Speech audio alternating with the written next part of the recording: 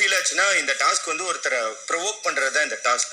Provoke பண்றதுக்கு நிறைய வகை இருக்கு சார். ஒருத்தரை ப்ரொவோக் பண்றதுங்கிறது ஒருத்தரோட மைண்டுக்குள்ள போய் அவங்க மைண்டை வந்து அவங்கள வீக்கா ஃபீல் பண்ண வைக்கிறது தான் ப்ரொவோக்கிங். உங்களுக்கு கொஞ்சம் நல்லா வரும்ல சார்?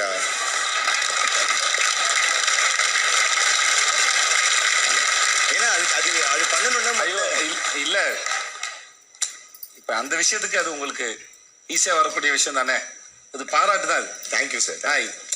இதை வந்து எதுக்கு மேல வச்சு சொல்றேன்னு இருக்குல்ல, சீரியஸா எடுத்துக்க. உண்மையிலே ஒருத்தரை ப்ரொவோக் பண்றது ஒரு ஆர்ட்னு நினைக்கிறேன் சார் நான். ஏன்னா ஆப்போசிட்ல இருக்க ஒருத்தவங்க வந்து கன்வின்ஸ் பண்றதும் அவங்களை ப்ரொவோக் பண்றது ரெண்டுமே அவங்களோட ஓகே. அதுக்கு முதல்ல அவங்க என்ன யோசிக்கிறாங்கன்றது நமக்கு தெரிஞ்சா மட்டும்தான் நம்மளால அவங்களோட மைண்டுக்குள்ள போய் ப்ரொவோக் பண்ண முடியும். அந்த விஷயத்த எப்படி வேணாலும் பண்ணலாம் அப்படின்ற ஒரு விஷயத்த ஒருத்தவங்க ஆரம்பிச்ச ஒரு விஷயம் வந்து மொத்தமா எல்லாரையுமே கொலாப்ஸ் பண்ணிடுச்சு அப்படின்னு எனக்கு ஒரு எண்ணம் சார்.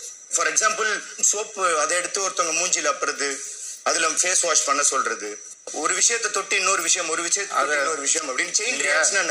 உங்களுக்கு டாஸ்க் முடிஞ்சு ரொம்ப நேரம் ஆச்சு அருண். டாஸ்க்ல இருக்கும்போது நீங்க மஞ்சரி கிட்ட பேசிட்டு இருந்தது அதெல்லாம் ஃபைன் தான் அருண். இப்போ நம்ம இது பிரிக்கும் போதே வந்து டே 1 டெவில் வந்து டே 2 டெவில பத்தி பேசணும். டே 2 டெவில் ஒரு நிமிஷம்.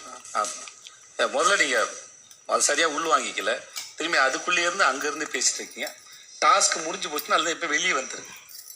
இப்போ நான் கேட்ட கேள்வி டே 1 டெவில் டே 2 டெவில்ல இவங்கெல்லாம் பண்ணவே இல்லை, இது மேல விமர்சனம் இருக்கும்ல, அந்த விமர்சனத்தை யாரா 2 பேரை சூஸ் பண்ணி அதை பத்தி சொல்லுங்க. டே 2 டெவில்ல ஒன்னு வந்து ஆனந்தி வந்து கொஞ்சம் நல்ல டெவிலா இருக்க மாதிரி பாராட்ட வேணாம் சார். டே 2 டெவில்ஸ் வந்து டெவில்ஸா நடந்துக்கலாம்னு நினைக்கிறேன் சார். அவங்க தீபக். Yes sir. உங்களுக்கு அவர் என்ன பேசுற உங்களுக்கு தெரியுதா? புரியுது சார். அவர் பேசுறது எனக்கு புரியல, உங்களுக்கு தயவுசெய்து புரியாம சொல்லுங்களேன். சொல்லட்டுமா? சொல்லுங்க. டே 2 அன்னைக்கு கத்தி குத்தாங்க கையில, குத்துறான்னு சொல்லிட்டு எல்லாம் வந்து தடையிருந்தாங்க அப்படின்னு சொல்லு. அதான் டே 2ல வந்து யாருமே அந்த டெவில்ங்கிற கேரக்டர் எடுக்கல. பேசிக்கா எல்லாரும் உட்காந்து பேசினாங்களே தவிர அவங்க எந்த ஆக்டிவிட்டிஸா எதுவுமே இறங்கல சார். ப்ரொவோக் பண்ற மாதிரி எதுவுமே பண்ணலன்னு தான் எனக்கு தோணுது சார்.